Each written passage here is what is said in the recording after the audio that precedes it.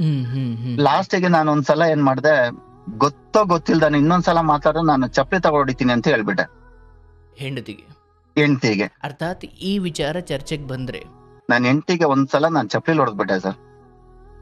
ಹೊಡೆದ್ರ? ಚಪ್ಪಲಿ ಗೊತ್ತಿಲ್ದಾನೆ ನನ್ಗೆ ಕೋಪ ಬಂದು ಚಪ್ಪಲಿ ಹೊಡೆದ್ಬಿಟ್ಟೆ.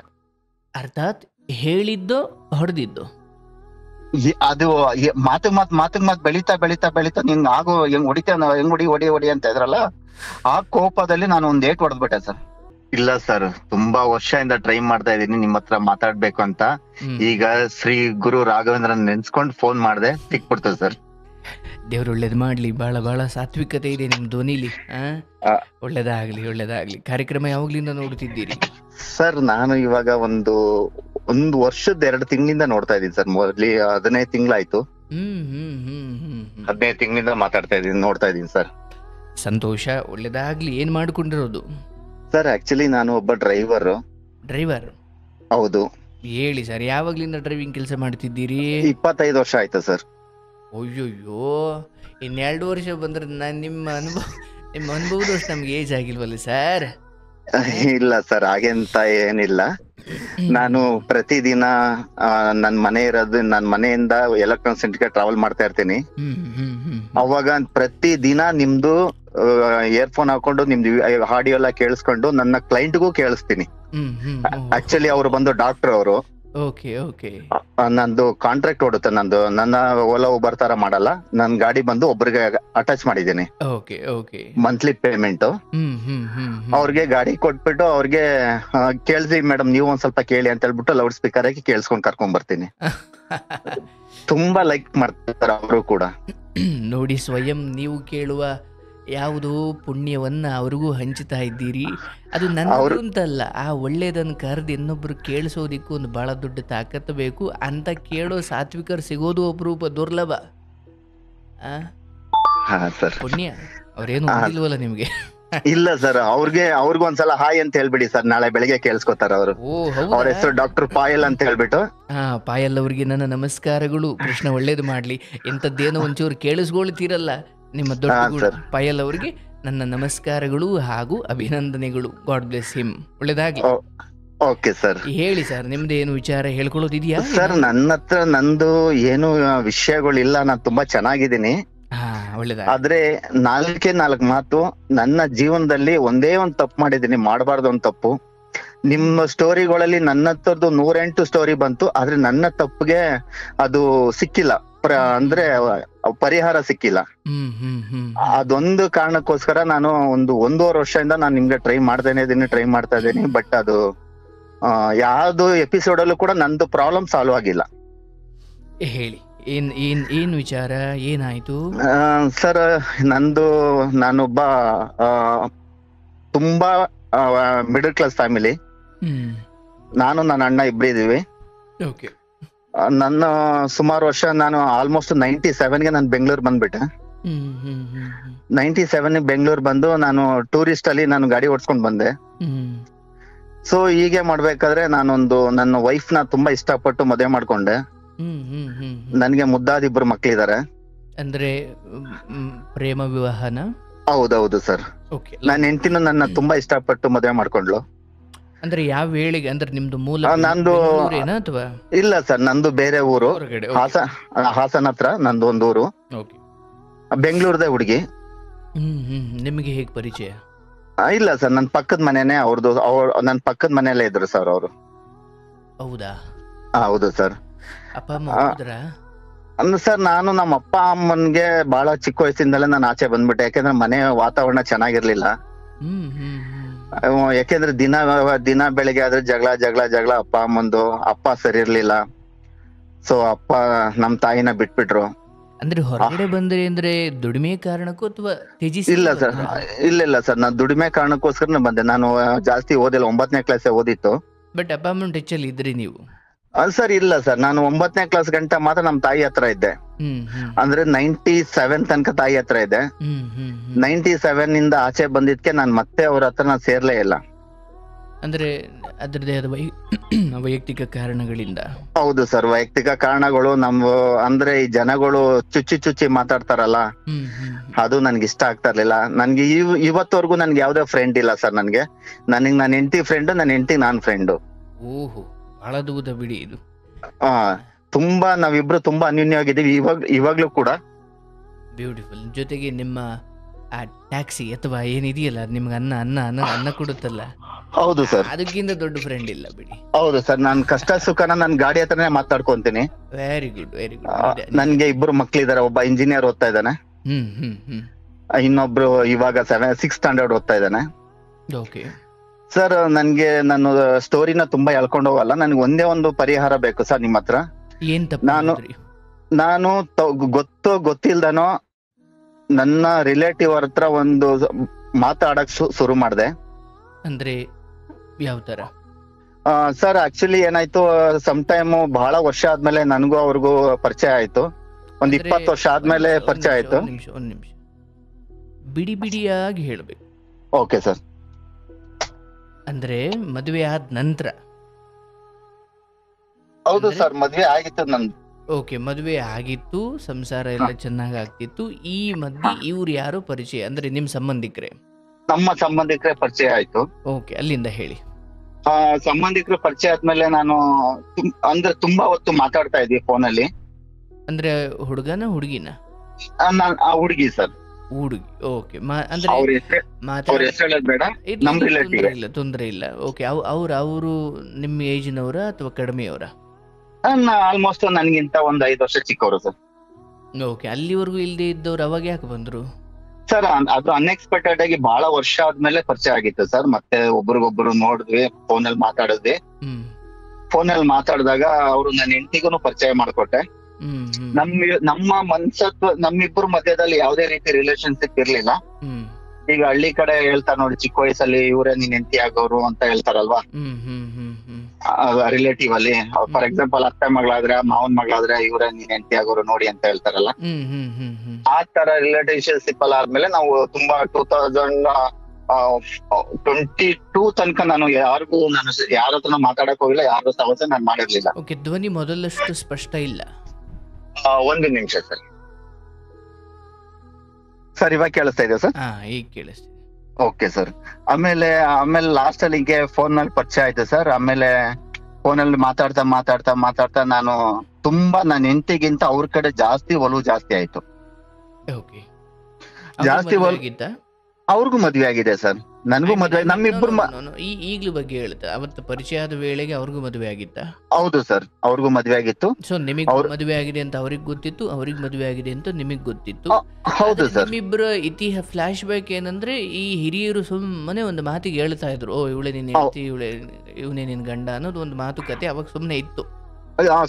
ಅವಾಗ. ಬಟ್ ಅದನ್ನ ಒಂದ್ ಹಂತ ನಿಮ್ ಮದುವೆ ಆದ್ಮೇಲೆ ಅವೆಲ್ಲ ಲೆಕ್ಕಕ್ಕೆ ಬರ್ಲಿಲ್ಲ. ಬಟ್ ಆಮೇಲೆ ಮತ್ತೆ ಕನೆಕ್ಷನ್ ಆದ್ರಿ.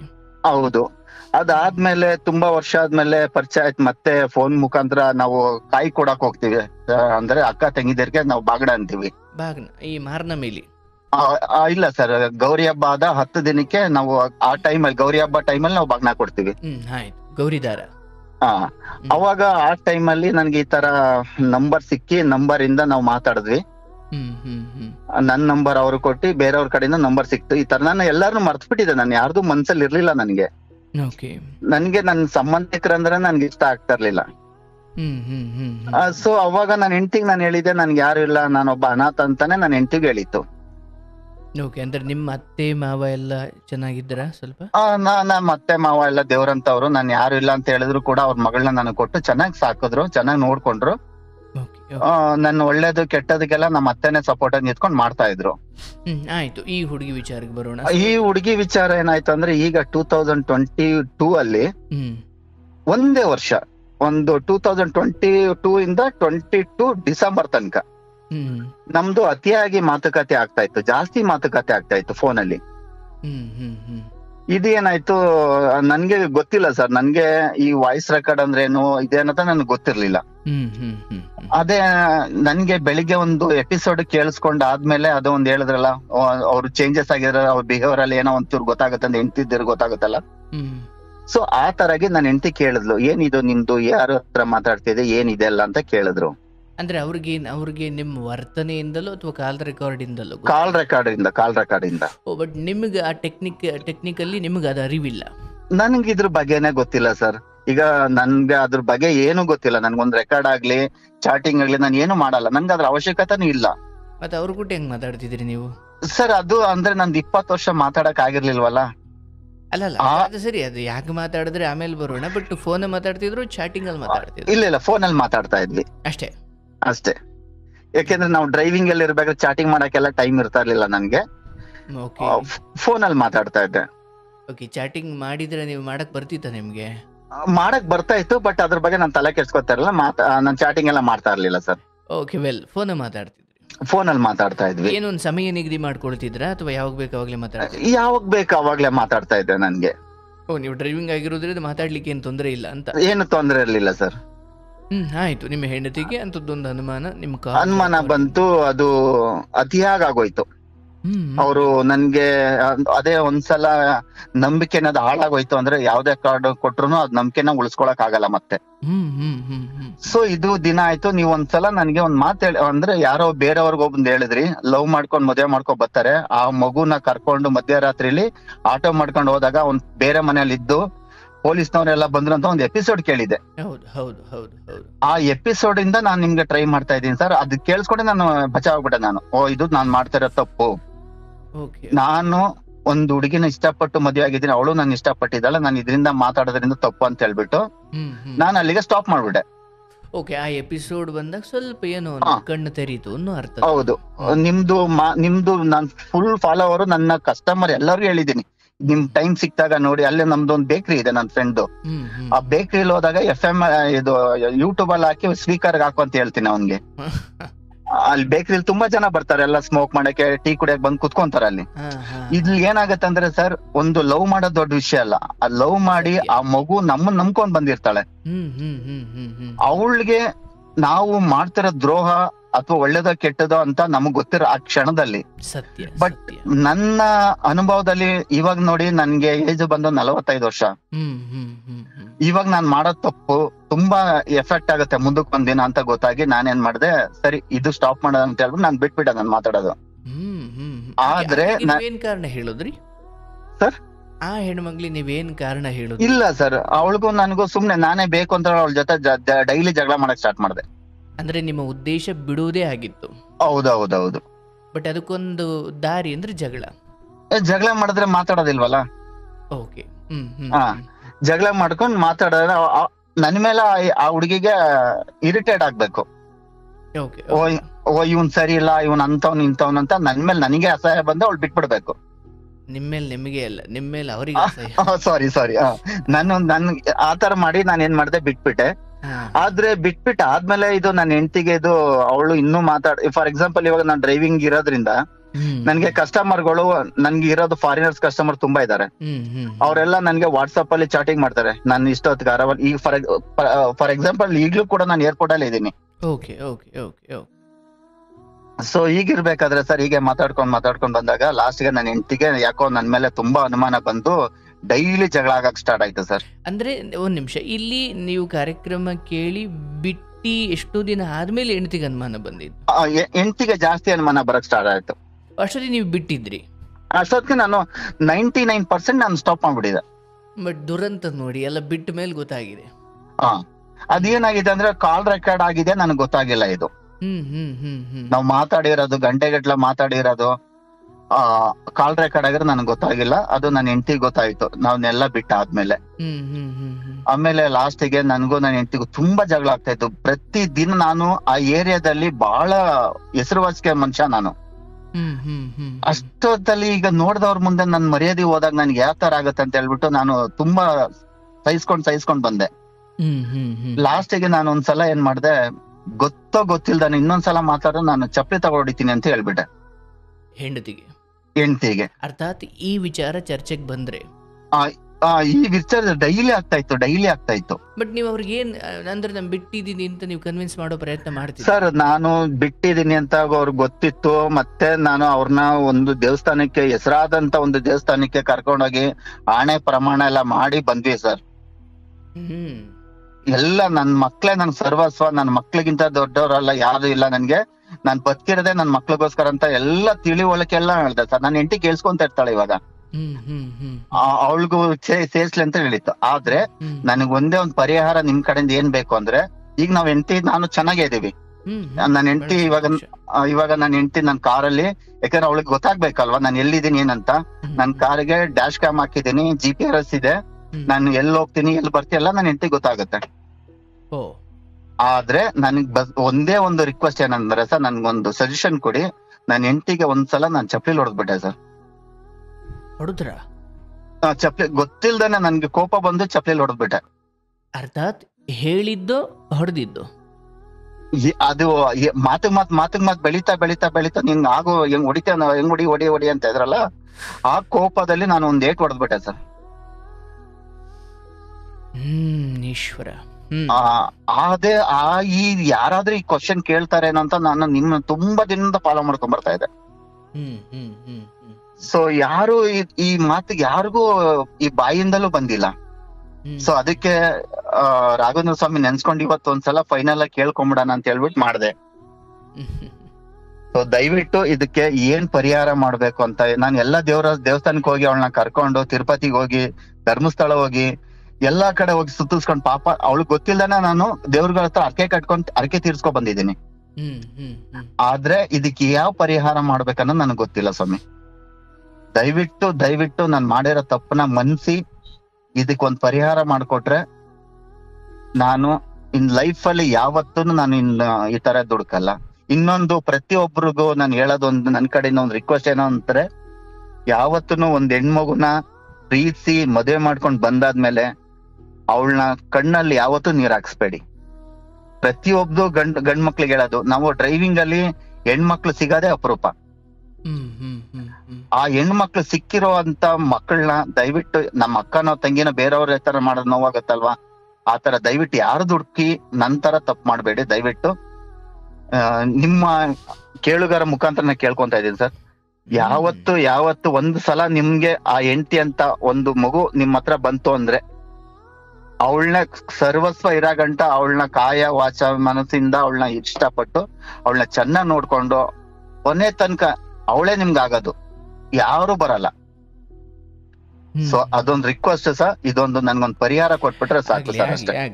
ಪ್ರಥಮವಾಗಿ ಏನಂದ್ರೆ, ಈ ಪಶ್ಚಾತ್ತಾಪದ ಧ್ವನಿಯಲ್ಲಿ ನೀವು ಹಾಗೆ ಮಾಡಿದ ಅಂತಹದ್ದೊಂದು ತಪ್ಪು ನಿರ್ಧಾರ ಅಥವಾ ತಪ್ಪು ಕೆಲಸಕ್ಕೆ ನೀವು ಪಡ್ತಾ ಇರೋ ಪ್ರಾಯಶ್ಚಿತವೇ ಮೊದಲ ಪರಿಹಾರ. ಒಂದು. ಎರಡನೇದು,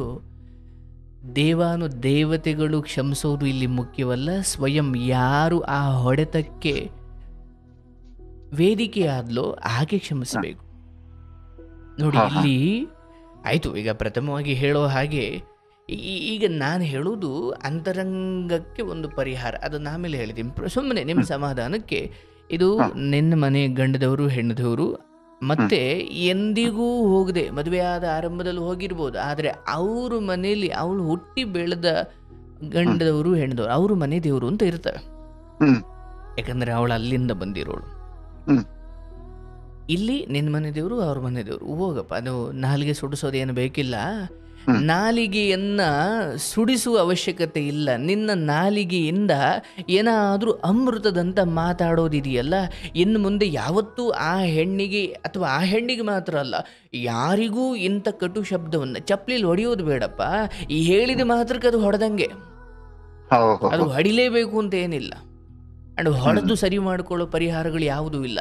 ನಾವೇನು ಮಾಡ್ತೀವೋ ಅದನ್ನ ಅನುಭವಿಸ್ಲೇಬೇಕು. ಹಾಗೆ ಮಾಡಿ ನಾನು ಪರಿಹರಿಸಿಕೊಳ್ಳೋದಾಗಿದ್ದಿದ್ರೆ ಇವತ್ತು ಪಾಪಗಳಿಗೆ ಏನು ಅರ್ಥ ಇರ್ತಿತ್ತು? ಕೇಳಿಸ್ಕೊಳ್ಳಿ, ನಮ್ಮಲ್ಲಿ ಗಂಗೆಯಲ್ಲಿ ಮುಳುಗಿದರೆ ಪರಿಹಾರ ಅಥವಾ ಪಾಪ ಪರಿಹಾರ ಅಂದ್ರೆ ಅದರ ಅರ್ಥ ನೀನೇನು ಪಾಪ ಮಾಡಿದ್ರು ಅಲ್ಲಿ ಬಂದು ಮುಳುಗ್ಬಿಡು ಸರಿ ಹೋಗುತ್ತೆ ಅಂತ ಅಲ್ಲ. ಇನ್ನು ಮುಂದೆ ಮಾಡದಂಗೆ ಒಂದು ಧರ್ಮದ ದಾರಿಯಲ್ಲಿ ಹೋಗ್ಲಿಕ್ಕೆ ಅದೊಂದು ಮಾರ್ಗ ಸೂಚಿಸಿದ್ದಾರೆ ಹೊರತು ನಾನು ಅಲ್ಲಿ ಇಲ್ಲಿ ತಪ್ಪು ಮಾಡೋದು ಅಲ್ಲಿ ಹೋಗಿ ಮುಳುಗುವುದು ಅನ್ನೋದಾದರೆ ನೋ, ಇಲ್ಲಿ ಯಾವುದಕ್ಕೂ ತಾತ್ಕಾಲಿಕ ಪರಿಹಾರ ಉಂಟೆ ಹೊರತು, ಅರ್ಥಾತ್ ದೇಹದ ಮೇಲಾದ ಗಾಯ ವಾಸಿ ಡಾಕ್ಟರ್ ಕಾರಣಕ್ಕಾಗಬಹುದು, ಆದರೆ ಮಚ್ಚೆ ಉಳಿಯುತ್ತಲ್ಲಪ್ಪ. ಸಾವಿನಿಂದಲೇ ದೇಹದ ಮೇಲಿನ ದೇಹವೇ ಹೊರಟೋದ್ಮೇಲೆ ಮಚ್ಚೆ ತಗೊಂಡೇನು ಮಾಡ್ತೀವಿ? ಗಾಯ ವಾಸಿ ಆಗ್ಲಿಕ್ಕೆ ಔಷಧಿ ಇದೆ, ಮಚ್ಚೆಗೆ ಔಷಧಿ ಇಲ್ಲ. ಹಾಗೆ ಇಲ್ಲಿ ಬದುಕಿರುವ ವೇಳೆಯಲ್ಲಿ ನಿಮ್ಮ ಕೆಲವು ಮನಸ್ಸಿನ ಸಮಾಧಾನಕ್ಕೆ ಒಂದಷ್ಟು ಮಾರ್ಗಗಳಿದ್ದಾವೆ, ಬಿಟ್ರೆ ನಾನು ಏನು ಕೊಟ್ಟು ಅದನ್ನು ವಾಪಸ್ ತಗೊಳ್ಳೇಬೇಕು. ಹೌದೌದು, ಕರ್ಮ ರಿಟರ್ನ್ಸ್ ಬ್ಯಾಕ್ ಅಂತಾರಲ್ಲ, ಅದು ನನಗೆ ಕಾಡ್ತಾ ಇದೆ. ನನಗೆ ಇಲ್ಲಿ ಆ ಹೆಣ್ಣಿಗೆ ಇನ್ನೊಂದು ಹೆಣ್ಣಿನ ವಶವಾಗಿ ಅಥವಾ ಸ್ವಲ್ಪ ನಿಮ್ಮ ಹೆಂಡತಿಗೆ ವಿರುದ್ಧವಾಗಿ ಇನ್ಯಾವುದು ಹೆಣ್ಣಿಗೆ ವಶವಾಗಿ ಸ್ವಲ್ಪ ಹೆಂಡತಿಗೆ ಮಾನಸಿಕ ದ್ರೋಹ. ಅದು ಈಗ ನೋಡಪ್ಪ, ಕೂತಿರೋದು ಅಥವಾ ಮಲಗಿರೋದು ಇದು ಒಂದು ರೀತಿ ಪಾಪವಾದರೆ, ಕಾಯ ವಾಚ ಮನಸ್ಸ, ದೇಹದ ಮೂಲಕ, ಮನಸ್ಸಿನ ಮೂಲಕ, ಮಾತಿನ ಮೂಲಕ ಪಾಪಗಳಿಗೆ 3 ರೀತಿ ಇದೆ. ಕಾಯ ಅಂದ್ರೆ ದೇಹ ಬಳಸಿ ಅವಳ ಜೊತೆ ಕುಂತು ಮಲಗಿ ಮಾಡೋ ತಪ್ಪು, ಅವಳ ಜೊತೆ ಮಾತಾಡಿ ಮಾಡೋ ತಪ್ಪು, ಅವಳನ್ನ ನೆನಪಿಸಿಕೊಂಡು ಮಾಡುವ ತಪ್ಪು. 3 ತಪ್ಪುಗಳಿದ್ದಾವೆ. ಇದರಲ್ಲಿ ನಿನ್ನದು ಮಾತು ಮನಸ್ಸು. ನಾನು ಅಂದ್ಕೊಳ್ತೀನಿ ದೈಹಿಕವಾಗಲ್ಲ ಅಂತ, ಹೌದಲ್ಲಪ್ಪ? ಹೌದೌದು. ಹೌದಾ? ಹೌದು. ಆಗಲಿ. ಆದರೆ ಇಲ್ಲಿ ಆಕೆಗೆ ನಾನು ಹೀಗೆ ಅಂದ್ಬಿಟ್ನಲ್ಲ, ಆಕೆಗೆ ನಾನು ಹೀಗೆ ಹೊಡೆದು ಬಿಟ್ನಲ್ಲ, ಈ ಬಗ್ಗೆ ಒಂದು ಪಶ್ಚಾತ್ತಾಪ ಈ ಕ್ಷಣಕ್ಕೂ ಇದೆಯಲ್ಲ, ಇದಕ್ಕಿಂತ ದೊಡ್ಡ ಪರಿಹಾರವಿಲ್ಲ. ಆದರೆ ಇನ್ನು ಮುಂದೆ ನೋಡಪ್ಪ, ಆ ಹೆಣ್ಣುಮಗಳು ನಿನ್ನ ಆ ತಪ್ಪು ಅಥವಾ ನೀನು ಪರಸ್ತ್ರೀ ವಿಚಾರದಲ್ಲಿ ಮೋಹಗೊಂಡಿದ್ದು ಅಥವಾ ಚಪ್ಪಲಿಲಿ ಹೊಡೆದಿದ್ದು, ಇದನ್ನು ಆ ಮಟ್ಟಿಗೆ ತಗೊಳ್ಳೋ ಹೆಣ್ಮಗಳಾಗಿದ್ರೆ ಬಿಟ್ಟೆ ಹೋಗ್ಬೇಕಿತ್ತು ಇಷ್ಟೊತ್ತಿಗೆ. ಅರೆ, ಇವತ್ತು ಬಿಟ್ಟು ಹೋಗ್ಲಿಕ್ಕೆ ಬಹಳ ದೊಡ್ಡ ದೊಡ್ಡ ಕಾರಣನೇ ಬೇಕಿಲ್ಲ ಅನ್ನೋ ಸ್ಥಿತಿ ಬಂದಿದೆ ಸರ್. ನೀವು ಕೇಳ್ತಾ ಇದ್ದೀರಾ ಕಾರ್ಯಕ್ರಮ, ಲೇಟಾಗಿ ಬಂದ ಅಥವಾ ಸಂಬಳ ಕೊಟ್ಟಿಲ್ಲ ಅಥವಾ ಒಂದಿವ್ಸ ಹುಡ್ಕೊಂಡು ಬಂದ ಅಥವಾ ನನ್ನ ಮೆಸೇಜಿಗೆ ರಿಪ್ಲೈ ಕೊಟ್ಟಿಲ್ಲ ಅಥವಾ ಅವಳಿಗೆ ಅವನ ಮೆಸೇಜ್ಗೆ ಇನ್ಯಾವುದೋ ಹುಡುಗಿ ಫೋನ್ ನಂಬರ್ ಮೆಸೇಜ್ ಬಂತು ಅಂದರೆ ಬಿಟ್ಟು ಹೋಗ್ಲಿಕ್ಕೆ ಇವತ್ತು ಕಾರಣ ಹುಡುಕ್ತಿರೋ ಕಾಲದಲ್ಲಿ ನೀವು ಇಷ್ಟೆಲ್ಲ ಮಾಡಿದ್ರು ಅಲ್ಲೇ ಇದ್ದಾಳೆ ಅಂದರೆ ಅದು ನಿಜ ಪ್ರೇಮ. ಚಪ್ಪಲಿಲಿ ಹೊಡೆದಿರೋದಕ್ಕೆ ಪರಿಹಾರ ಏನಿಲ್ಲ, ದೇವಸ್ಥಾನಗಳಿಗೆಲ್ಲ ಹೋಗಿ ಬಂದಾಗಿದೆ. ಆದರೆ ಕನಸು ಮನಸ್ಸಲ್ಲಿಯೂ ಕೂಡ ಇನ್ನು ಮುಂದೆ ಹೆಂಡತಿಗಲ್ಲ ಯಾರಿಗೂ ನಾನು ಕಟು ಶಬ್ದವನ್ನು ಬಳಸಲ್ಲ. ಅದೇನೇ ಇರ್ಬೋದು, ನಿಮ್ಮ ಹೆಂಡತಿಗೆ ನೀವು ಚಪ್ಪಲಿಲಿ ಹೊಡೆದೇ ಇದ್ದರೆ ಅಥವಾ ಹಂಗಂದೇ ಇದ್ದಿದ್ರೆ ಇದು ಪರಿಹಾರ ಆಗ್ತಿರ್ಲಿಲ್ಲ ಅಂತ ಏನಿಲ್ಲ. ಇದು ನಿಧಾನವಾಗಿ ಆಗೋದು, ಯಾಕಂದ್ರೆ ಹೆಂಡತಿ ಸ್ವಯಂ ದೇವತೆ ಇದ್ಲಲ್ಲ. Correct sir. ಹಂಗೂನು ಸರ್, ಅವಳು ಗೊತ್ತಿಲ್ದಾನೆ ಅವಳು ರಾತ್ರಿ ಮಲಗಿರ್ಬೇಕಾರೆ ಅವಳು ಕಾಲ್ ಹಿಡ್ಕೊಂಡು ಅವಳು ಗೊತ್ತಿಲ್ದಾನೆ ಅವಳಿಗೆ ಸುಮ್ನೆ ಕಾಲ್ ನೋಯ್ತಾ ಇದೇನೋ ಅಂತ ಆ ಕಾಲ್ ಮುಟ್ಟಿ ನಾನು ಅವಳಿಗೆ ಕ್ಷಮೆ ಕೇಳಿದ್ದೀನಿ. ಎರಡನೇದಂದ್ರೆ ಸರ್, ಅವಳಿಗೆ ಅಪ್ಪ ಅಮ್ಮ ಇಬ್ರು ಇಲ್ಲ. ನಮ್ ಮದ್ವೆ ಆಗಿರೋ 1-2 ವರ್ಷ ಆದ್ಮೇಲೆ ತೀರೋದ್ರು. ಅಲ್ಲಿಂದ ಇಲ್ಲಿ ತನಕ ನಮ್ದು ವೈವಾಹಿಕ ಜೀವನ 19 ವರ್ಷ. ಅವಳಿಗೆ ಯಾವತ್ತೂನು ಅವ್ರ ಅಪ್ಪ ಅಮ್ಮನ್ ನೆನಪು ಬರ್ದಂಗ್ ಸಾಕ್ತೆ. ನನ್ಗೆ ಇನ್ನೊಂದು ವಿಷಯ ಅಂದ್ರೆ ಹೇಳ್ಕೊಬಾರ್ದು, ನಾನು ಅವಳನ್ನ ಒಂದು ದಿನಾನು ಬಿಟ್ಟಿರಕ್ ಆಗಲ್ಲ. ನನ್ ಕೈಲಿ ಪ್ರತಿ ಒಂದು ಕೆಲ್ಸನ ನಾನು ಅಡಿಗೆ ಮಾಡಿ ನಂಗೆ ಎಷ್ಟೇ ಆದ್ರೂ ನಾನು ಅಡಿಗೆ ಮಾಡಿ ಅವಳಿಗೆ ಹಾಕ್ತೀನಿ. ನಮ್ಮಿಬ್ರು ನೋಡಿ ಜನಗಳಿಗೆ ಕಣ್ಣು ದೃಷ್ಟಿ ಬಿದ್ದು ಅನ್ಸುತ್ತೆ. ಈಗ ಹಾ ಸರ್, ದಿನದ ಕೊನೆಯ ಸಮಯ ಅಂದ್ರೆ ಯಾವ ಗಳಿಗೆನಪ್ಪ? ದಿನದ ನಾವು ಮುಪ್ಪಾದಂತ ಕಾಲದಲ್ಲಿ ಸಂಜೆ 5-6 ಗಂಟೆ 4 ಗಂಟೆ ಸಮಯವನ್ನ ಹೇಗೆ ದಿನದ ಕೊನೆ ಅಂತಾರೋ, ಜೀವನದ ಕೊನೆ ಅಂದ್ರೆ ಮುಪ್ಪು.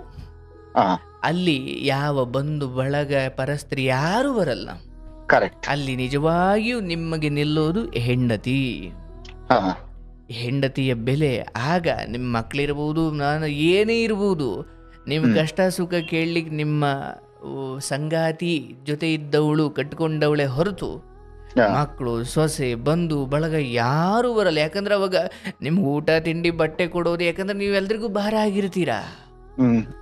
ಹಾಗಾಗಿ ನೀವು ಹೆಂಡತಿಗೆ ತೀರಾ ಅನ್ಯಾಯ ಮಾಡಬೇಕು ಅನ್ನೋ ದೊಡ್ಡ ಕುತಂತ್ರ ಇಟ್ಕೊಂಡು ಹೋಗಿದ್ದಿದ್ದಷ್ಟೊತ್ತಿಗೆ ಇದು ಏನೋ ಆಗದಿತ್ತು. ಅದು ಗೊತ್ತಿಲ್ಲದೆ ಅಥವಾ ಏನೋ ನಿಮ್ಮ ಆ ಮಟ್ಟಿನ ಪೂರ್ಣ ವ್ಯಕ್ತಿತ್ವವನ್ನು ಬಳಸಿ ಯೋಜನೆ ಮಾಡಿದ್ದಲ್ಲ. ಇದೇನೋ ಸುಮ್ಮನೆ ಆಗಿದೆ. ಆದರೆ ಅದನ್ನು ತಿದ್ದುಕೊಂಡಿದ್ದೀರಿ. ಮತ್ತು ಈ ಚಪ್ಪಲಿ ವಿಚಾರಕ್ಕೆ ಬಂದಾಗ ಸ್ವಲ್ಪ ಈ ಶನಿ ಮಹಾತ್ಮನ ನೋಡಿ, ಶನಿದೇವರು ಆಯ್ತಲ್ಲ, ಶನಿದೇವರಿಗೆ 8 ವಾರಗಳ ಕಾಲ ಹೋಗೋದೊಂದು ರೂಢಿ. ಆಗ ನೋಡಿದ್ರೆ ಇದಕ್ಕೆ ಇನ್ನೂ ಆಳವಾದ ಒಂದು ಚಿಕಿತ್ಸೆ ಇದೆ. ಈ ನಾಲ್ಗೆನೆ ಸುಡಿಸ್ತಾರಪ್ಪ, ನಾಲ್ಗೆನೆ ಸುಡಿಸ್ತಾರೆ. ಈಗ ಅದನ್ನ ಮೀರಿ ನಾನು ನಿಮ್ಗೆ ಹೇಳೋದು, ಅದು ಬಿಟ್ಬಿಡು, ಅದು ಬೇಡ, ನಿಮ್ಗೆ ಅದೇನೂ ಆಗಲ್ಲ. ಅದ್ರ ಯಾವಾಗ ನೀನು ಹೆಂಡತಿಯ ಪಾದ ಮುಟ್ಟಿದೆ, ಹೆಂಡತಿ ಕ್ಷಮೆ ಸಿಕ್ತು, ಹಾಗೂ ಹೆಂಡತಿ ಆನಂತರವೂ ನಿಮ್ಮ ಜೊತೆ ಅಷ್ಟೇ ಪ್ರೇಮದಿಂದ ಇದ್ದಾರೆ, ಅಲ್ಲಿ ದೇವತೆಗಳೆಲ್ಲ ಕ್ಷಮಿಸಿದ್ದಾರೆ ಅಂತಲೇ ಅರ್ಥ, ಆಯ್ತಾ? ಆದರೆ ಇನ್ಯಾವತ್ತೂ ಕೂಡ ನಾನು ಈಕೆಗೆ ಮಾತ್ರ ಹೇಳ್ತಾ ಇಲ್ಲ, ಯಾಕಂದ್ರೆ ಈಕೆ ನನ್ನ ಜ್ಞಾನದ ದೃಷ್ಟಿಯಲ್ಲಿ ನಿನ್ನ ಬದುಕಿಲ್ ಒಂದು ಪಾತ್ರಧಾರಿ. ದೇಹ ಬಿಟ್ಟ ನಂತರ ಈಕೆ ನಿನಗೇನೂ ಅಲ್ಲ. ನಾನು ನಿನಗೆ ಆತ್ಮಕ್ಕೆ ಹೇಳ್ತಾ ಇದ್ದೀನಿ, ಇನ್ನೂ ಎಷ್ಟು ಜನ್ಮ ಬಂದರೂ ಕೂಡ ಇಂತಹ ಕಟು ಶಬ್ದಗಳು ನಮಗೆ ನಿಜವಾದ ಶತ್ರುಗಳು, ಬೇರೆ ಯಾರೂ ಅಲ್ಲ. ಹೌದು, ನಿಮ್ಮ ನಿಜವಾದ ಶತ್ರು ಬೇರೆ ಯಾರೂ ಅಲ್ಲ. ಇಂತಹ ಶಬ್ದಗಳು, ಇಂತಹ ನಡವಳಿಕೆಗಳು ನೋಡಪ್ಪ, ಯಾವಾಗ ನಮ್ಮ ಅಸಂಬದ್ಧಗಳಿಗೆ, ಅಸಹ್ಯಗಳಿಗೆ ಅಥವಾ ಅಕ್ರಮಗಳಿಗೆ ಯಾರು ಅಡ್ಡ ಬರ್ತಾರೋ ಅವರೆಲ್ಲ ನಮಗೆ ಶತ್ರುವಾಗೇ ಕಾಣ್ತಾರೆ. ಎಲ್ಲ ನಮ್ಮ ವಿವೇಕವನ್ನು ಬಳಸಬೇಕು. ಆದರೆ ಇಂದ್ರಿಯ ಚಪಲ, ಇಂದ್ರಿಯದ ಏನು ರೌದ್ರ ನರ್ತನದ ಮುಂದೆ ನಮ್ಮ ವಿವೇಕ ಮಣ್ಣುಪಾಲಾಗ್ಬಿಟ್ಟಿರುತ್ತೆ. ಅಯ್ಯೋ ನನ್ನನ್ನು ನಂಬಿ ಬಂದ ಹೆಂಡತಿ, ಅಯ್ಯೋ ನನ್ನನ್ನು ಹೆತ್ತ ತಾಯಿ, ಅಯ್ಯೋ ನನ್ನನ್ನು ಸಾಕಿ ಸಲಹಿದ ತಂದೆ, ಒಡ ಹುಟ್ಟಿದ ಇವರೆಲ್ಲ ಗುರುಗಳು ಎಲ್ಲ ಏನು ಒಳ್ಳೇದು ಹೇಳ್ತವ್ರಿಗೆ ಕೇಳೋಣ ಅಂತ ಅನ್ಸೋದೇ ಇಲ್ಲ. ಯಾಕಂದರೆ ಅಸಂಬದ್ಧ, ಅಸಹ್ಯ, ಅಕ್ರಮ, ಈ ಮೋಹ ಪಾಶಗಳ ರುದ್ರ ನರ್ತನ ಹೆಂಗಿರುತ್ತೆ ಅಂದರೆ ಕೃಷ್ಣ ಬಂದು ಹೇಳಿದ್ರು ನೀನು ಕೇಳಲ್ಲ. ಸೊ ಈಗ ನಿಮಗೊಂದು ಅರಿವಾಗಿದೆ. ಯಾಕಂದರೆ ಬೆಳಿಗ್ಗೆಯಿಂದ ಹಿಡಿದು ಸಂಜೆವರೆಗೂ ನಿಮಗೋಸ್ಕರ ಯಾವುದಾದ್ರೂ ಒಂದು ಜೀವ ಯೋಚನೆ ಮಾಡುತ್ತೆ, ಕಾಯುತ್ತೆ ಅನ್ನೋದಾದ್ರೆ ಅದು ಹೆಂಡತಿ ಮಾತ್ರ. ಅಂಡ್ ಇನ್ನೊಂದು ಹೆಣ್ಣಿನ ಜೊತೆ ನೀವು ಮಾತಾಡ್ತಾ ಇನ್ನೊಬ್ಬ ಯಾರೋ ಪುರುಷನಿಗೆ ನೀವು ಮೋಸ ಮಾಡ್ತಾ ಇದ್ರಿ, ಬೇರೆ ಏನೂ ಅಲ್ಲ. ಹೌದಲ್ಲಪ್ಪ?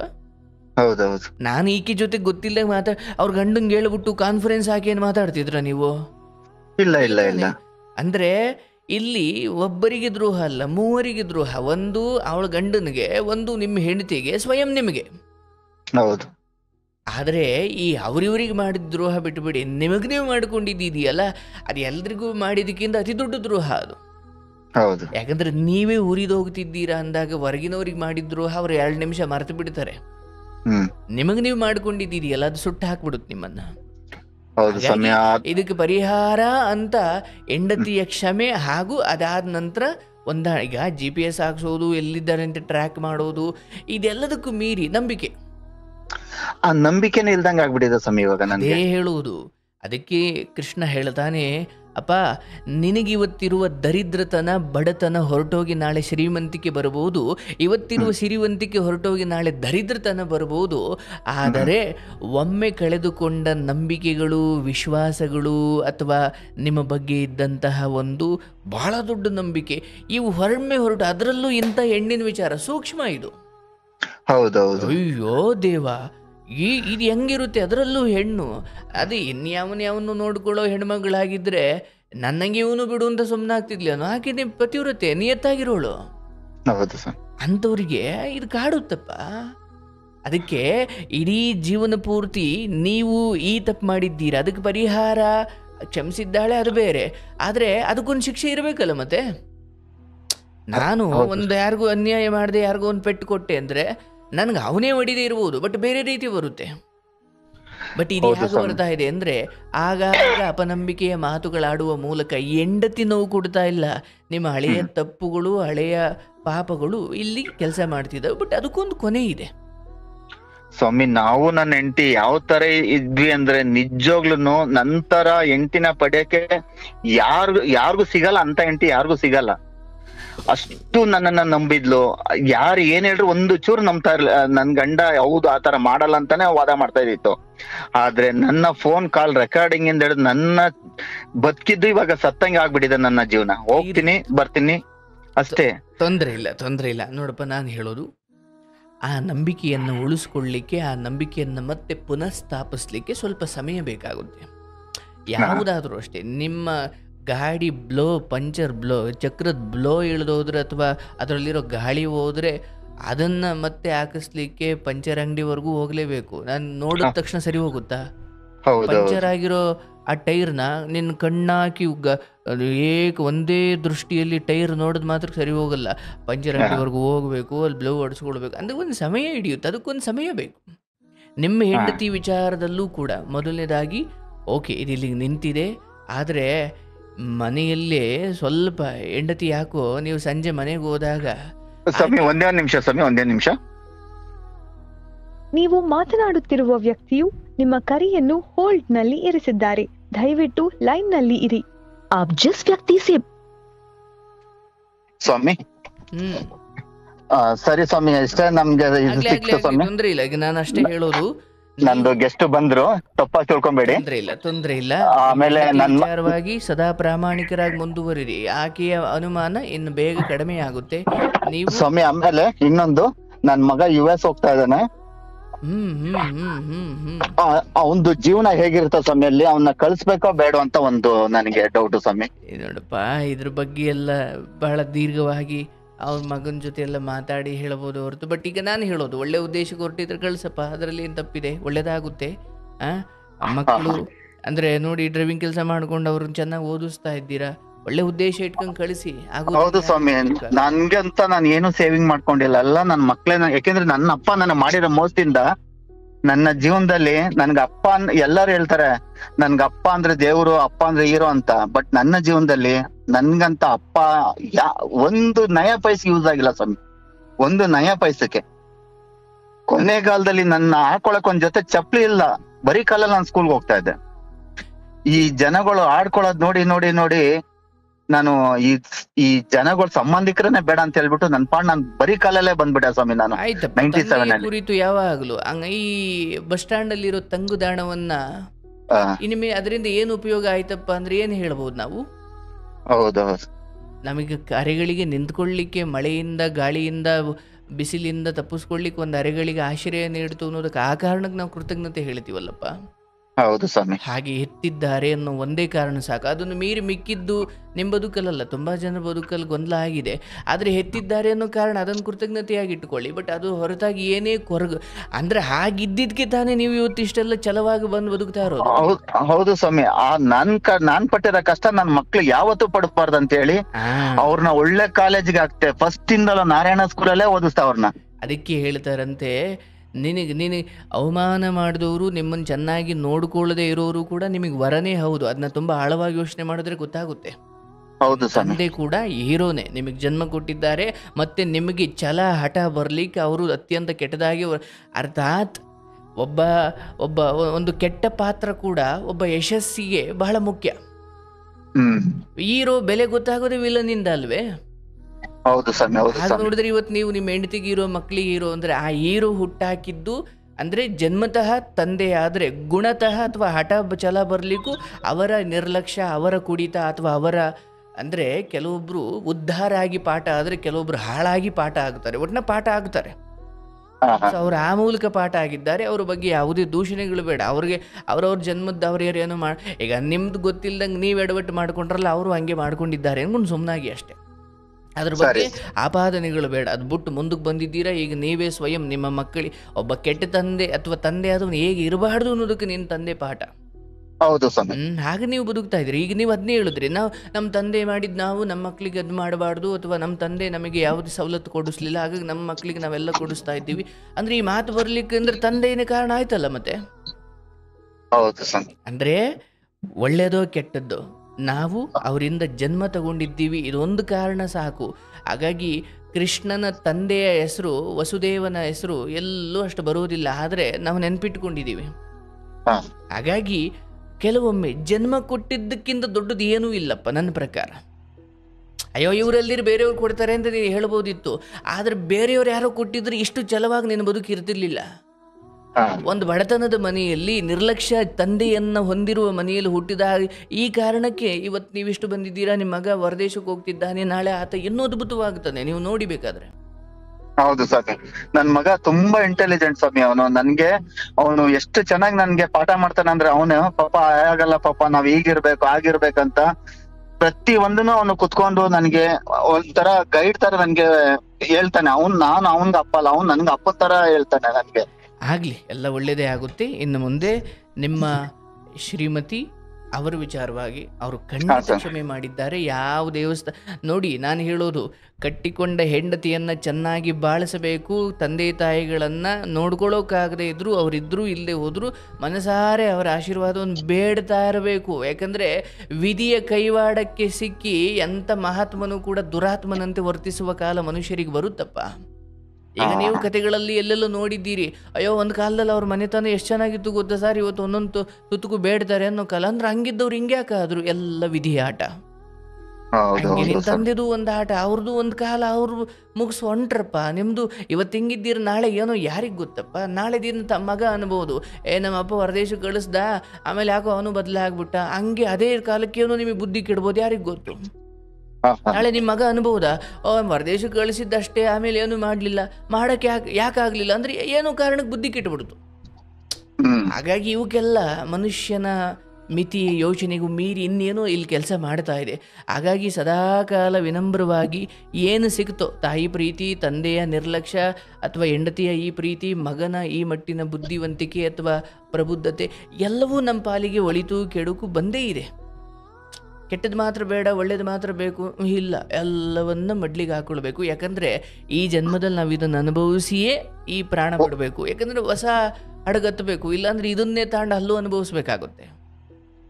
ಏನು ಬರುತ್ತಾ ಬರಲಿ ಸ್ವಾಮಿ, ಇಲ್ಲೇ ಅನುಭವಿಸ್ತೀನಿ. ಯಾಕಂದರೆ ನನಗೆ ಗೊತ್ತು, ಈ ಆತ್ಮ ಈ ದೇಹದೊಳಗಡೆ ಇರೋವರೆಗೂ ಏನು ಬಂದರೂ ಅದನ್ನ ಅನುಭವಿಸ್ಲೇಬೇಕು. ಹೀಗೆ ಹೋಗುವ ಮುಂಚೆ, ಈ ದೇಹವನ್ನು ಬಿಡುವ ಮುಂಚೆ, ಸಾವು ಬರುವ ಮುಂಚೆ ಇಲ್ಲೇದು ಅಂತ ಏನೇನು ಪ್ರಾರಬ್ಧ ಕಟ್ಕೊಂಡು ಬಂದಿದ್ದೀನಿ ಅದನ್ನೆಲ್ಲ ಪೂರ್ಣ ಒಂಚೂರು ಖಾಲಿ ಬಾಕಿ ಉಳಿಸ್ದಂಗೆ ಖಾಲಿ ಮಾಡಿಬಿಡ್ಬೇಕು. ಯಾಕಂದರೆ ಮುಂದೆ ಹೊಸ ಬಸ್ ಹತ್ತೋಣಪ್ಪ, ಇದನ್ನು ಎಷ್ಟು ಅಂತ ಹೇಗೋದು.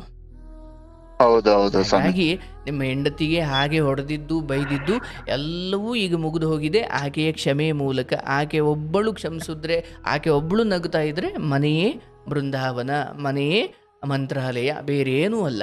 ಆಕೆಗೆ ಎಂದೋ ಗೊತ್ತಿಲ್ಲದೆ ತಪ್ಪು ಮಾಡಿದ್ದೀರಿ, ಆದರೆ ನೀವು ಕ್ಷಮೆ ಕೇಳಿದ್ದೀರಿ. ಎಷ್ಟೋ ನಾನು ಕಾರ್ಯಕ್ರಮದಲ್ಲಿ ನಿಮ್ಮ ದೊಡ್ಡ ವ್ಯಕ್ತಿತ್ವ ಯಾಕೆ ಅಂದ್ರೆ ನೀವು ಕೇಳ್ತಾ ಇದ್ದೀರಿ, ಅದಕ್ಕೆ ನೀವು ಮಾದರಿ.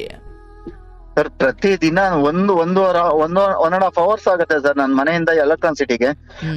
ಅಷ್ಟು ಒಂದೊಂದ್ಸಲ ತುಂಬಾ ಬೇಜಾರಾದಾಗ ನಿಮ್ದು ಆಡಿಯೋ ಕೇಳ್ಕೊಂಡು ಹೋದ್ರೆ ನನ್ಗೆ ಏನೋ ಒಂಥರ ಟ್ರಾಫಿಕ್ ಅಲ್ಲಿ ಗೊತ್ತಾಗೋದಿಲ್ಲ, ಇಷ್ಟು ದೂರ ನಾನು ಟ್ರಾವೆಲ್ ಮಾಡ್ದೆ ಅಂತ ಗೊತ್ತಾಗೋದಿಲ್ಲ. ಹೌದು ಹೌದು ಹೌದು ಹೌದು ಹೌದು. ಪದೇ ಹಾಕೊಂಡ್ ಕೇಳ್ತಾ ಇರ್ದೆ. ಅದು ಇವತ್ತೊಂದು ಎಪಿಸೋಡ್ ಕೇಳ್ದೆ, ಆ ಹೆಣ್ಣು ಮಗು ಅಷ್ಟು ಕಷ್ಟಪಟ್ಟು, ಅವಳು ಯಾರೋ ಒಂದು 15 ವರ್ಷ ಆಗಿರುತ್ತೆ ಅವಳಿಗೆ ಗಂಡ ಬಿಟ್ಟು, ಅವಳು ಹೋಗಿ ಅವಳನ್ನ ನನ್ಗೆ ಸಂಸಾರ ಹಾಳು ಮಾಡ್ಬೇಡ ಅಂತ ಹೋಗಿ ಕೇಳ್ಕೊಳ್ತಾಳಲ್ಲ, ಅದನ್ನ ಕೇಳೇ ಇವತ್ತು ಡಿಸೈಡ್ ಮಾಡ್ದೆ, ಹೇಗಾದ್ರೂ ಮಾಡಿ ಇವತ್ತು ಗುರುಗಳ ಹತ್ರ ಮಾತಾಡಿ ನಾನ್ ಮಾಡಿರೋ ತಪ್ಪಿಗೆ ಕ್ಷಮೆ ಕೇಳಬೇಕು ಅಂತ ಹೇಳಿ. ಕರೆ ಸಿಕ್ಕಾಯ್ತು. ಆ ಹೆಂಡತಿಯ ಕ್ಷಮೆ ಸಿಕ್ಕಿದೆ. ಆ ಹೆಂಡತಿ, ನೀವು ನೋಡಿ, ನನ್ಗನ್ಸುತ್ತೆ ನಿಮ್ಮ ಅಂತರಂಗದಲ್ಲಿ ಬಹಳ ಸದ್ಬುದ್ಧಿ ಇದೆ. ಬಟ್ ಏನು ಪರಿಸ್ಥಿತಿ ಕೈಗೊಂಬೆಗಳಾಗಿ ತಪ್ಪು ಮಾಡಿದ್ದೀರಿ. ಆದರೆ ಇನ್ನು ಮುಂದೆ ರಂಬೆ ಊರ್ವಶಿರೆ ಮೇಲ್ವಿದ್ರು ನಿಮಗೆ ಅದು ಕಸ, ಅದು ಶವ. ಅಂದರೆ ನಿಮ್ಮ ಕರ್ತವ್ಯ ಹೆಂಡತಿಯನ್ನು ಸಂಭಾಳಿಸೋದು, ಅವಳನ್ನು ಪ್ರೀತಿಸೋದು, ಮಗನನ್ನು ಸಂಭಾಳಿಸೋದು, ಇದನ್ನು ಬಿಟ್ಟು ಹೊರಗಡೆಯಿಂದ ಏನು ರೋಡಲ್ಲಿ ಕೋಟಿ ಬಿದ್ದಿರಲಿ ಅಥವಾ ರಂಬೆ ಊರ್ವಶಿರು ನಿನಗೋಸ್ಕರ ಎಳೆದು ಬರಲಿ, ನಿಂದು ಅಲ್ಲದೆ ಇರೋದು ಆಸೆ ಪಡಬಾರ್ದು. ಇಷ್ಟು ಮಾಡ್ರಿ. ಹೆಂಡತಿಯನ್ನ ಕರೆ ಮಾಡಿ ಮಾತಾಡ್ತಾ ಚೆನ್ನಾಗಿ ಮುಂದುವರ್ಸ್ಕೊಂಡು ಹೋಗಿ, ಎಲ್ಲ ಒಳ್ಳೇದಾಗುತ್ತೆ. ಇದಕ್ಕೆ ಬೇರೆ ಏನು ಮಾಡೋದು ಬೇಡ. ಸ್ವಲ್ಪ ಅವ್ರ ಮನೆ ದೇವ್ರಿಗೂ ಹೋಗೋದು ಬಹಳ ಮುಖ್ಯ. ಆಯ್ತಾ? ಅಷ್ಟು ಮಾಡಿ, ಎಲ್ಲ ಒಳ್ಳೇದಾಗುತ್ತೆ. ಶುಭ ಆಗಲಿ. ಆಯ್ತು ಸ್ವಾಮಿ, ನಿಮ್ಮಿಂದ ನನ್ಗೆ ತುಂಬಾ ಅನುಕೂಲ ಆಯ್ತು. ಹಾಗೆ ಪ್ರತಿಯೊಂದು ಹೆಣ್ಮಗುಗೂ ನಾನು ಕೇಳ್ಕೊಳ್ಳೋದಿಷ್ಟೇ, ಏನೋ ಕೆಟ್ಟಗಳಿಗೆ ಆಗಿರುತ್ತೆ ಅದ ಹಾಕೊಂಡ್ ಕೊರಗ್ಬೇಡಿ. ಗೊತ್ತೋ ಗೊತ್ತಿಲ್ಲದ ಒಂದ್ಸಲ ತಪ್ಪು ಮಾಡಿರ್ತಾನೆ, ಅವನ್ಗೊಂದ್ ಚಾನ್ಸ್ ಕೊಡಿ. ಆ ಚಾನ್ಸ್ ಕೊಟ್ಟಾದ್ಮೇಲೆ ತಿದ್ಕೊಳಕ್ ಒಂದ್ ಕಾಲಾವಕಾಶ ಕೊಡಿ. ಗೊತ್ತಿಲ್ದೇನೆ ತಪ್ಪು ನಡೆದೋಗಿರುತ್ತೆ. ಕೆಲವು ಸಲ ನಾವು ಸರಿ ಇದ್ರೂ ಬೇರೆಯವ್ರು ನಮ್ಮ ತಪ್ಪುದಾರಿಗೆ ಎಳಿತಾರೆ, ನೀನ್ ಹಾಗೆ ಹೀಗೆ ಅಂತ ಹೇಳಿ. ದಯವಿಟ್ಟು ಎಲ್ಲಾ ಅಕ್ಕ ತಂಗಿದಿರ್ಗ ಒಂದ್ ಕೇಳ್ಕೊತೀರಿ. ಹಾಗೆ ಗಂಡ್ ಮಕ್ಳಿಗೂ ಅಷ್ಟೇನೆ, ಪ್ರತಿಯೊಬ್ರುನು ನೀವು ಕೆಲವು ಸಲ ಏನಾಗ್ತಾರೆ, ಗಂಡ ಸರಿ ಇಲ್ಲ ನನ್ಗೆ ಅದ್ ಕೊಡ್ಸಲ್ಲ ಇದ್ ಕೊಡ್ಸಲ್ಲ ಅಂತ ಬಿಟ್ಟೋಗೋ ಜನಗಳಿದಾರೆ. ಅಂತದ್ರಲ್ಲಿ ಅವ್ನ್ ಕುಡುಕನೋ ಏನೋ ಒಬ್ಬ ಗಂಡ ಅಂತ ಮನೇಲಿ ಇದಾನಲ್ಲ ಅಂತ ಹೇಳ್ಬಿಟ್ಟು ಅವ್ನ ನಂಬಿ ಜೀವನ ಪರ್ಯಂತ ನಂಬ್ಕೊಂಡಿರ್ತಾರೆ. ಆ ನಂಬಿಕೆಗೆ ಯಾವತ್ತು ಯಾರು ದ್ರೋಹ ಮಾಡ್ಬೇಡಿ. ಅದ್ಭುತ ಅದ್ಭುತ. ನೋಡಿ, ಇವತ್ತಿಗೆ ಯಾರಾದ್ರೂ ಹಂಗೆ ನಿಮ್ಮನ್ನ ಮೋಹಿಸಿದ್ರೆ ನೀವು ಅವ್ರ ವಶ ಆಗ್ತೀರಾ? ಇಲ್ಲ ಸ್ವಾಮಿ. ಇನ್ನು ಜೀವನದಲ್ಲಿ ನನಗ್ ನಾನು ಹೆಂಡ್ತಿನೇ ಸರ್ವಸ್ವ. ಯಾಕಾಗಲ್ಲ ಅಂದ್ರೆ ಅದಕ್ಕೆ 2 ಕಾರಣ. ಒಂದು, ಈಗ ಒಂದು ಪೆಟ್ಟು ತಿಂದಿದ್ದೀರಾ, ಒಂದು. ಎರಡು, ನಿರಂತರವಾಗಿ ಇಂಥದ್ದೇನೋ ಕಾರ್ಯಕ್ರಮ, ಇಂಥದ್ದೇನೋ ವಿಚಾರದ ಸಹವಾಸದಲ್ಲಿರೋದ್ರಿಂದ ನಿಮಗೀಗ ಸರಿ ತಪ್ಪುಗಳು ತುಂಬ ಸ್ಪಷ್ಟವಾಗಿ ಗೊತ್ತಾಗ್ತವೆ. ಹೌದು ಸ್ವಾಮಿ. ನಾನ್ ತುಂಬಾ ಜನಕ್ಕೆ ನಾನು ರೆಫರ್ ಮಾಡ್ತೀನಿ. ಕೆಲವು ಜನಕ್ಕೆ, ಕೆಲವರು ನಂದು ಜಾಸ್ತಿ ಬರೋದು ನಾರ್ತ್ ಇಂಡಿಯನ್ಸ್ ಬರ್ತಾರೆ, ಅವ್ರಿಗೆ ಕನ್ನಡ ಅರ್ಥ ಆಗೋದಿಲ್ಲ. ನೀವ್ ಅವಾಗ ಕೆಲವು ಸಲ ಒಂದ್ 2-3 ಪ್ರೋಗ್ರಾಮ್ ಹಿಂದಿಲಿ ಹೇಳಿದ್ರೆ ಚೆನ್ನಾಗಿರುತ್ತೆ ಸ್ವಾಮಿ. ಆದ್ರೆ ಕೆಲವ್ರಿಗೆ, ನಮ್ಮ ಗೆಸ್ಟ್ ಗಳಿಗೆ ಎಲ್ಲ ಐಫೈ ಅವರು ಬರ್ತಾರೆ ನನ್ನ ಹತ್ರ, ಎಲ್ಲಾರು ಅವ್ರು ಎಲ್ಲಾರು ಹಿಂದಿ ಅವರೇ ಇರೋದ್ರಿಂದ ಭಯ್ಯ ಹಮ್ಕೋ ಸಮಜ್ನೆ ಆತ ಭಯ್ಯ ಕ್ಯಾ ಬೋಲ್ ರೇ ಅಂತ ಹೇಳ್ತಾರೆ. ಸೊ ದಯವಿಟ್ಟು ಸರ್, ಆಯ್ತು ಸರ್, ದೇವ್ರು ನಿಮ್ಗೆ ನಿಮ್ ಆಶೀರ್ವಾದ ನಮ್ ತಲೆ ಮೇಲೆ ಇರ್ಲಿ. ನನ್ನ ಇಬ್ಬರು ಮಕ್ಳಿಗೂನು ನೀವ್ ಒಂದ್ಸಲ ವಿಶ್ ಮಾಡ್ಬಿಡಿ. ನನ್ ಮಗ ಶಶಾಂಕ್ ಅಂತ ಹೇಳ್ಬಿಟ್ಟು. ಒಳ್ಳೇದಾಗುತ್ತೆ. ನಿಮ್ಮ ಮಗ, ನಿಮ್ಮ ಶ್ರೀಮತಿಯವರು, ನಿಮ್ಮ ಮಕ್ಕಳು ಹಾಗೂ ನಿಮ್ಗೂ ಮತ್ತೆ ನಿಮ್ಮ ಗಾಡಿಗೂ, ನಿಮ್ಮ ವ್ಯವಹಾರ. ಅಯ್ಯೋ, ನಿಮ್ಮ ಧನ್ಯವಾದಗಳು ಸ್ವಾಮಿ, ಧನ್ಯವಾದಗಳು. ಇದು ಯಾವಾಗ ಬರುತ್ತೆ ಸ್ವಾಮಿ ಇದು ಎಪಿಸೋಡ್? ಇಲ್ಲೇ ಇರುತ್ತೆ, ಇದು ಬರ್ಲಿಕ್ಕೆ ಇನ್ನೊಂದ್ 2 ವಾರ ಬೇಕು. ಓಕೆ ಸ್ವಾಮಿ, ಓಕೆ ಸ್ವಾಮಿ, ಧನ್ಯವಾದಗಳು. ನೋಡಿ, ತಪ್ಪುಗಳಾಗದವೆ, ಮನುಷ್ಯ ಅಲ್ವೇ, ತಪ್ಪು ಮಾಡ್ತಾರೆ. ನೋಡಿ, ಅದನ್ನು ನಾನು ಯಾವಾಗಲೂ ತುಂಬ ಸ್ಪಷ್ಟವಾಗಿ ಹೇಳ್ತೀನಿ. ಎಲ್ಲರೂ ಕೂಡ, ಈಗ ನನ್ನನ್ನು ಸೇರಿದಂತೆ ಯಾವಾಗಲೂ ತುಂಬ ಧರ್ಮದಲ್ಲೇ ಇರ್ತೀನಿ ಅಂದರೂ ಕೂಡ ಕೆಲವೊಮ್ಮೆ ನಮ್ಮ ವಿಧಿ, ಹಣೆ ಬರಹ, ನಮ್ಮ ಬುದ್ಧಿವಂತಿಕೆಯನ್ನೂ ತುಳಿದು ಕೆಲವೊಮ್ಮೆ ಜಯ ಸಾಧಿಸಿಬಿಡುತ್ತೆ ಅಲ್ವೇ? ಅಂತ ಧರ್ಮರಾಯ, ಧರ್ಮದಿಂದ ನಡೆದವನು, ಅವನಿಗೂ ಪಗಡೆ ಆಡಬೇಕು ಅಂತ ಅನಿಸ್ಬಿಡ್ತಲ್ಲ. ಇದೇ ತಾನೇ ವಿಧಿ ಕೈವಾಡ. ಅದನ್ನು ಮಹಾಭಾರತದಲ್ಲೇ ಹೇಳ್ತಾರೆ. ಎಂಥ ಸತ್ಪುರುಷನಿಗೂ ವಿಧಿಯಾಟದ ಮುಂದೆ ಸತ್ಪುರುಷನ ಸದ್ಬುದ್ಧಿ ಕೆಲಸ ಮಾಡುವುದಿಲ್ಲ, ಕೆಲವೊಮ್ಮೆ ಅನುಭವಿಸಲೇಬೇಕು ಅಂತ. ಹಾಗೆ ಯಾವುದೋ ವಿಧಿಯಾಟ, ಯಾವುದೋ ಕೆಲವೊಮ್ಮೆ ತಪ್ಪಾಗ್ತವೆ. ತಪ್ಪು ಹವ್ಯಾಸ ಆಗಬಾರ್ದು, ತಪ್ಪು ಆಕಸ್ಮಿಕ ಆಗಬೇಕು. ತಪ್ಪು ಹವ್ಯಾಸ ಆಗಿಬಿಟ್ರೆ ಅದು ತಪ್ಪು ಅಂತ ಅನ್ಸ್ಕೊಳ್ಳಲ್ಲ, ಅದು ಮೋಸ ಅನ್ಸ್ಕೊಳ್ಳುತ್ತೆ ಅಲ್ವಾ? ಆಕಸ್ಮಿಕವಾಗಾದ್ರೆ ಅದು ತಪ್ಪು. ಹಿಂಗ ನಡ್ಕೊಂಡು ಹೋಗ್ತಾ ಇದ್ರಿ, ಯಾರಿಗೂ ನಿಮ್ಮ ಕಾಲು ಟಚ್ ಆಗಿಬಿಡ್ತು ಅಲ್ವಾ, ನಿಮ್ಮ ಕಾಲು ತಗೊಳ್ಬಿಡ್ತು, ಅಯ್ಯೋ ನೋಡಲಿಲ್ಲ ಅಂತ ನಮಸ್ಕಾರ ಮಾಡ್ಕೊಳ್ತೀರಿ. ಆದರೆ ಯಾರಿಗೂ ಬೇಕು ಅಂತಲೇ ಕಾಲು ಅಡ್ಡ ಕೊಟ್ರಿ, ಜಾಡ್ಸ್ ಹೋದ್ರಿ, ಅದೊಂದು ತಪ್ಪು ಅಂತ ಹೇಳೋಕ್ಕಾಗುತ್ತಾ ಅಲ್ವೇ? ತಪ್ಪು ಹವ್ಯಾಸ ಆಗಬಾರ್ದು ಅಥವಾ ಉದ್ದೇಶಪೂರ್ವಕ ಆಗಬಾರ್ದು. ಗೊತ್ತಿಲ್ಲದೆ ಆದರೆ ಕ್ಷಮಿಸಬೇಕು. ನನಗೆ ನಂಬಿಕೆ ಇದೆ, ಆ ಹೆಣ್ಮಕ್ಳು ಕ್ಷಮಿಸಿದ್ದಾರೆ, ಅವ್ರದ್ದು ದೊಡ್ಡ ಗುಣ. ಆದರೂ ನೋಡಪ್ಪ, ನಾನು ಹೇಳೋದು ಸುಮ್ಮನೆ, ನೀವು ಸಂಜೆ ಮನೆಗೆ ಹೋಗ್ತಿರಲ್ಲ, ಕೆಲಸ ಎಲ್ಲ ಮುಗಿಸ್ಕೊಂಡು, ಮನೆ ಬಾಗಿಲೆಲ್ಲ ತೆಗ್ದಿದೆ, ಆದರೆ ಹೆಂಡತಿ ಇಲ್ಲ ಅಂದರೆ ಲೈಟೆಲ್ಲ ಆನ್ ಮಾಡಿದೆ, ಮುಂದುಗಡೆ ಡೋರ್ ಮಾತ್ರ ಸ್ವಲ್ಪ ಚಿಲ್ಕ ಸಿಗಿಸ್ಕೊಂಡು, ಚಿಲ್ಕ ಹಾಕ್ಕೊಂಡು ಎಲ್ಲೋ ಹೆಂಡತಿ ಹೋಗ್ಬಿಟ್ಟಿದ್ದಾರೆ. ನಿಮ್ಮ ಮನೆ ಬರ, ನೀವು ಬರೋ ಹೊತ್ತಿಗೆ ಹೆಂಡತಿ ಹಾಲು ತರಕ್ಕೆ ಹೋಗಿದ್ದಾಳು, ಮೊಸರು ತರಕ್ಕೆ ಹೋಗಿದ್ದಾಳು. ಹಿಂಗೆ ಒಂದಿನ ಆಯಿತು, 2ನೇ ದಿನವೂ ನೀವು ಬರೋ ಟೈಮಿಗೆ ಹೆಂಡತಿ ಇಲ್ಲ, 3ನೇ ದಿನವೂ ನೀವು ಬರೋ ಟೈಮಿಗೆ ಹೆಂಡತಿ ಇಲ್ಲ. ಆಮೇಲೆ ನಿಮಗೇನು ಅನಿಸ್ಬಿಡುತ್ತೆ, ಓಹೋ ಇಲ್ಲೇನೋ ನಡೀತೈತೆ, ನಾನು ಬರೋಕ್ಕಿಂತ ಮುಂಚೆ ಎಲ್ಲಿಗೂ ಹೋಗಿ ಬರ್ತಾವಳೆ, ನಾನು ಬಂದ ಮೇಲೆ ಮನೆಗೆ ಬರ್ತಾವಳೆ, ಕೇಳಿದ್ರೆ ಹಾಲು ತರಕ್ಕೆ ಹೋಗ್ತಿದ್ದೀನಿ ಅಂತ ಹೇಳ್ತಾಳೆ, ಓ ಇಲ್ಲೇನೋ ನಡೀತೈತೆ. ಅಂದರೆ ನೀವೊಂದು 2 ದಿನ ನೀವು ಬಂದಾಗ ಹೆಂಡತಿ ಇಲ್ಲ ಅನ್ನೋದಾದರೆ ನಿಮಗೆ ಈ ಯೋಚನೆ ಬರುತ್ತೆ ಅನ್ನೋದಾದರೆ, ನಿಮ್ಮ ಆಡಿಯೋ ಕೇಳಿಸ್ಕೊಂಡಾಗ ಆ ಹೆಣ್ಣಿಗೇನಾಗಿರಬೇಕು ಅಲ್ವೇ? ಸೊ ಸಮಯ ಹಿಡಿಯುತ್ತೆ ಅಲ್ವಾ? ಸಮಯ ತಗೊಳ್ಳಿ, ಒಳ್ಳೆಯದಾಗುತ್ತೆ. ನೋಡವಾ, ಕ್ಷಮಿಸ್ಬಿಡು ತಾಯಿ, ಅವರ ಪಾಪನ ಪಶ್ಚಾತ್ತಾಪ ಪಟ್ಟಿದ್ದಾರೆ, ಎಲ್ಲ ಒಳ್ಳೆಯದಾಗುತ್ತೆ. ಕ್ಷಮೆ ಮಾಡಿ ದೊಡ್ಡವರಾಗಬೇಕು. ಆಗಲಿ, ಸುಲಭ ಅಲ್ಲ ನನ್ನ ಪ್ರಕಾರ ಇಂಥವೆಲ್ಲ ತಡ್ಕೊಳ್ಳೋದು, ಅದರಲ್ಲೂ ನಿಜ ಪ್ರೀತಿ ಮಾಡೋರಿಗೆ. ಹೌದಲ್ವೇ? ಆಯಿತು, ಕ್ಷಮಿಸಿದ್ದಾರೆ ನಿಮ್ಮ ಹೆಂಡತಿ, ಅದನ್ನು ಉಳಿಸ್ಕೊಂಡು ಹೋಗಿ. ಶಿಕ್ಷೆ ಪಾಪಗಳಿಗೆ ಪರಿಹಾರ ಇಲ್ಲ ಸ್ವಾಮಿ, ಪಾಪಗಳು ಮಾಡಬಾರ್ದು, ಮಾಡಿದ್ರೆ ಅದನ್ನ ಅನುಭವಿಸ್ಲೇಬೇಕು. ಪರಿಹಾರ ಅಂತ ಏನೂ ಇಲ್ಲ. ಪರಿಹಾರದ ನಾಟಕವನ್ನು ಈ ಜಗತ್ತಲ್ಲಿ ಯಾಕೆ ಆಡಲಾಗುತ್ತೆ ಅಂದರೆ, ಪಾಪ ಮಾಡ್ದ, ಅದಕ್ಕೆ ಪಶ್ಚಾತ್ತಾಪ ಬಂತು, ಅದಕ್ಕಿಲ್ಲೇನೋ ಹೋಗಿ ಒಂದು ಪೂಜೆ ಮಾಡಿಸ್ದೆ ಏನೋ, ಅವನಿಗದು ನೆನಪಿರಲಿ ಅಂತ. ಓ, ನಾನು ಈ ತಪ್ಪು ಮಾಡಿ ಇಲ್ಲ ಅಲ್ಲಿ ನೋವು ಅನುಭವಿಸಿ ನಾನು ಅಲ್ಲೆಲ್ಲ ಹೋಗಿ ಬಂದೆ ಅಪ್ಪ, ದುಡ್ಡು ಖರ್ಚು ಮಾಡಿದೆ, ಇನ್ನು ಮುಂದೆ ನಾನು ಮಾಡಬಾರ್ದು. ಹಿಂಗೆ ಈ ಕಾರಣಕ್ಕೆ ಪರಿಹಾರದ ವಿಚಾರಗಳು ನಡೀತಾವೆ ಲೋಕದಲ್ಲಿ. ಆದರೆ ನೀನೇನು ಮಾಡೋದು ಅದನ್ನು ಅನುಭವಿಸಬೇಕು. ಒಳ್ಳೇದು ಕೊಟ್ಟರೆ ಒಳ್ಳೆಯದು, ಕೆಟ್ಟದ್ದು ಕೊಟ್ಟರೆ ಕೆಟ್ಟದ್ದು. ನೀನೆಂಥ ಬಲಿಷ್ಠನಾಗಿರು, ನೀನೆಂಥ ದೊಡ್ಡ ಮನುಷ್ಯ ಆಗಿರು, ಎಷ್ಟು ಪೊಲಿಟಿಕಲ್ ಲೀಡರ್ ಆಗಿರು, ಇನ್ಫ್ಲೂಯೆನ್ಸ್ಡ್ ಪರ್ಸನ್ ಆಗಿರು, ಏನೇ ಫೇಮಸ್ ಆಗಿರು, ನಿನ್ನ ಮೂಲಕ ಹೊರಟ ತಪ್ಪು, ನಿನ್ನ ಮೂಲಕ ಆದಂತಹ ಪಾಪ, ಅವುಗಳಿಗೆ ನೀವು ಖಂಡಿತ ಫಲವನ್ನು ತಿನ್ನಲೇಬೇಕು. ನಿಮ್ಮ ಕಾರು, ಮನೆ, ಅಂತಸ್ತು, ದೊಡ್ಡ ದೊಡ್ಡವ್ರ ಪರಿಚಯ, ದುಡ್ಡು, ಹಣ, ಆಸ್ತಿ ಯಾವುದೂ ಕೂಡ ನಿಮ್ಮ ಪಾಲಿಗೆ ಬರಬೇಕಾದ ಪಾಪದ ಫಲಗಳನ್ನು ತಪ್ಪಿಸಲಾರವು. ಜ್ಞಾನಿಗಳ ಬಗ್ಗೆ ಜ್ಞಾನಿಗಳ ಹತ್ರ ಹೋಗಿ ತಿಳ್ಕೊಳ್ಬೇಕು, ಏನಪ್ಪ ಈ ಕರ್ಮದ ಆಳ ಅಂತ. ಆಗಲಿ, ಅವರಿಬ್ಬರು ಚೆನ್ನಾಗಿದ್ದಾರೆ, ನಾವು ಅವರಿಬ್ಬರಿಂದ ಕಲಿಬೇಕಾದ ಪಾಠ ಏನು ಗೊತ್ತೇನು? ಒಂದೋ ಗೊತ್ತಿಲ್ಲದೆ ತಪ್ಪು ಮಾಡಿದಾಗ ಹೆಂಗೆ ತಿದ್ದುಕೊಳ್ಬೇಕು ಅನ್ನೋದು ಇವರಿಂದ ಕಲಿಬೇಕು. ಹಾಗೆ ತಪ್ಪಾಗಿ ಗೊತ್ತಾದಾಗ ಗಂಡನನ್ನು ಕ್ಷಮಿಸಬೇಕು ಅನ್ನೋದನ್ನು ಈ ಹೆಣ್ಣಿನಿಂದ ಕಲಿಬೇಕು. ಎಲ್ಲ ಒಳ್ಳೆಯದಾಯಿತು, ಶುಭವಾಗಲಿ.